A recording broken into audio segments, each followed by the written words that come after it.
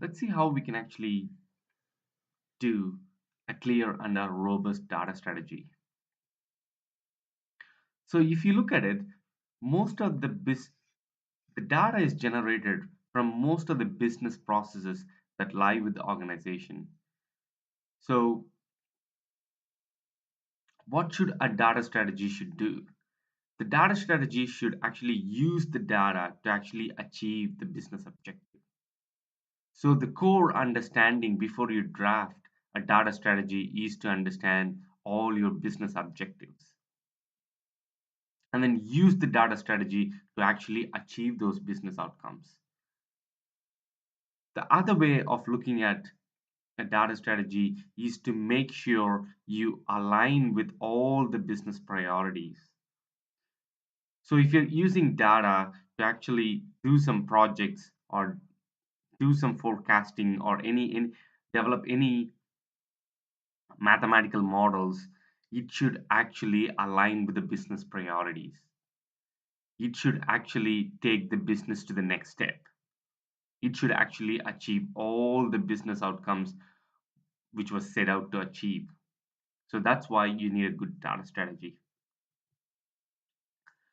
So most of the people focus on what they do to the data.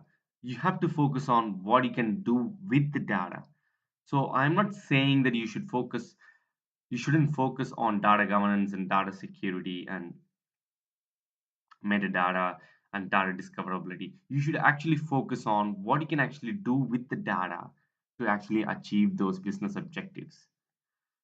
So one of the key thing you should focus on, how can I actually leverage all the data that is generated from my business processes and within my organization to solve a specific business problem.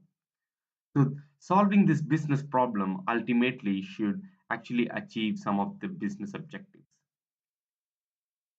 And in fact, if the business is collecting the data for a long period of time, how can I actually leverage or use this data to actually change how the business actually operates? In fact, you should go one step further to actually use the data and then do some trend analysis to actually change your business model to actually enhance customer experience and stuff like that. So remember, if you're a government organization, there are always limitations on how we actually use the data to actually even to change your business model or operation. The reason being very, very simple. We are bounded by legislation and regulations and also the privacy principles. We cannot streamline a lot of stuff we want to do uh, because of the legislation. And you have to value some of the ethical principles. So what's very critical in achieving a data strategy?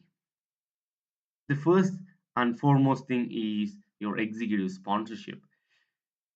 If there is no buy-in from the executives to actually drive the data strategy, then most of the initiatives within an organization will fail because it has to trickle down to the last person in your business to actually, deliver services or even do the data entry in your business application.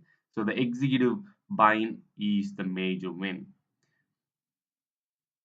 The next big thing is the financial commitment. So if you want to do all the data projects, but there isn't any financial commitment, it's hard to actually progress with your data strategy.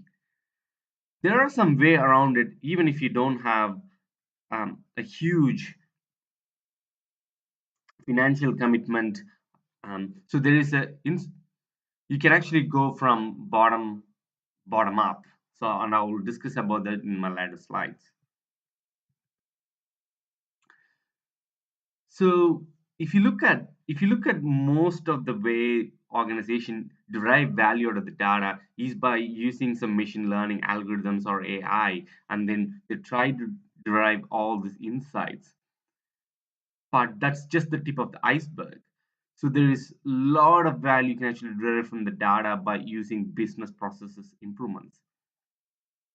Because the volume of this is huge, you can actually make some huge progress on this. So let me give you a quick example of how this has been done. So if you look at the value and the impact your data strategy will have on the organization, there is a high value and high impact projects you can actually do with the data science. For example, you can actually build a machine learning algorithm to do some forecasting. You can understand some here trends in your customer behavior and stuff like that. Those are high value and high impact projects. And there is some low value and high impact projects that comes on business process improvement. Remember, these are high volume and the data science projects are low volume. The other dimension that people fails to see is the time dimension. These low value and high impact projects, especially the business process improvements, take less time to actually implement rather than the data science project, which takes longer time to actually produce.